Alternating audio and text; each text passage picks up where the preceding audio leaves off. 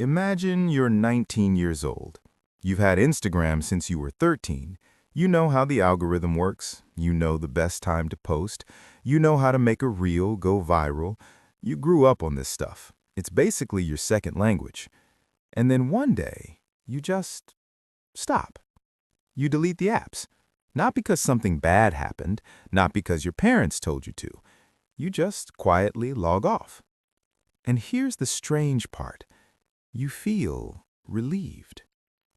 Now, if you're watching this and you're over 30, you're probably confused, because wasn't Gen Z supposed to be the social media generation? The ones who basically built TikTok culture with their bare hands. And if you're Gen Z yourself, you might already know exactly what I'm talking about.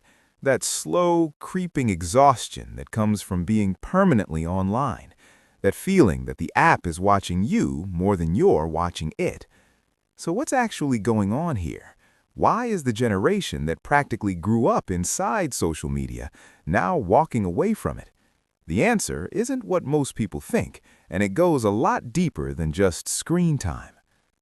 Let's start with something your brain does that you probably don't even notice.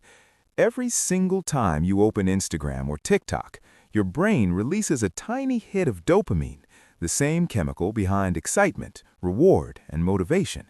And at first, that feels great. You post a photo, you get likes, dopamine goes up.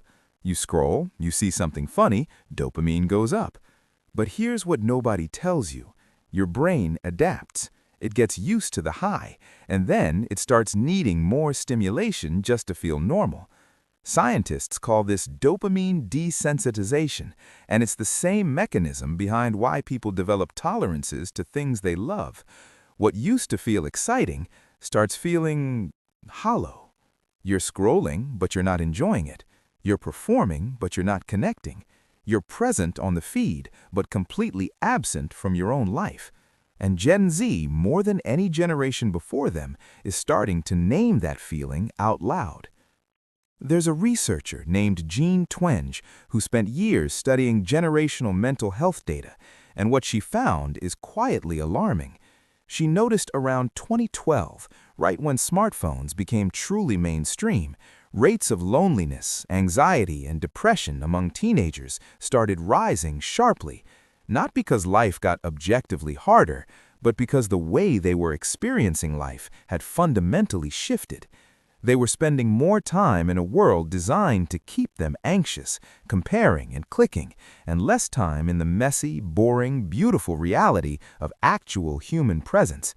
And Gen Z figured this out, not from a textbook, from lived experience. Think about it.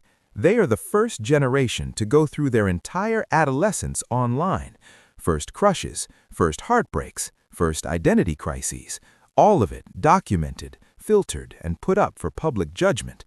By the time they're 20, many of them have been performing a version of themselves for the internet for nearly a decade. And at some point, that performance gets exhausting.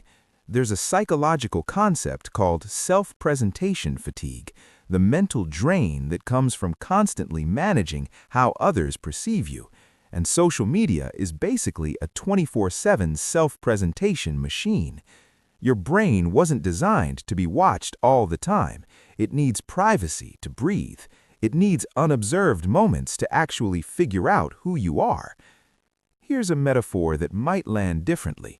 Imagine being an actor who never leaves the stage, not just during the show, always, even when you're eating breakfast, even when you're crying at 2 a.m., even when you're figuring out your beliefs for the first time.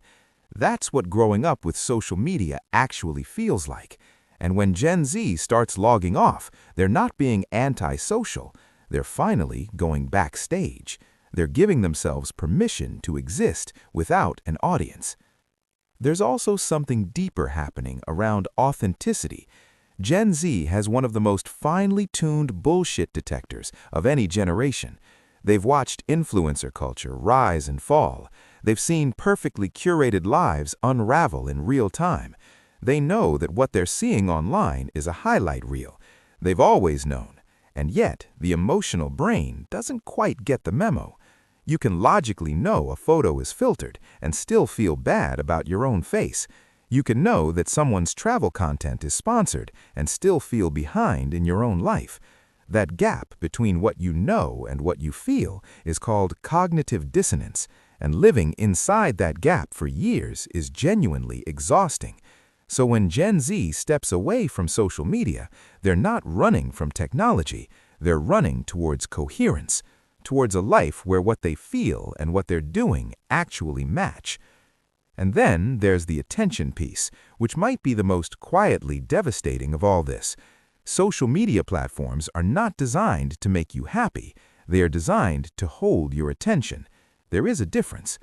Every notification, every autoplay video, every infinite scroll, it's all engineered to keep your eyes on the screen for as long as possible. And your brain, which is genuinely remarkable, starts to recognize the manipulation. There's a growing body of research suggesting that heavy social media use is linked to reduced capacity for deep focus, reduced tolerance for boredom, and even changes in how the brain processes rewards over time.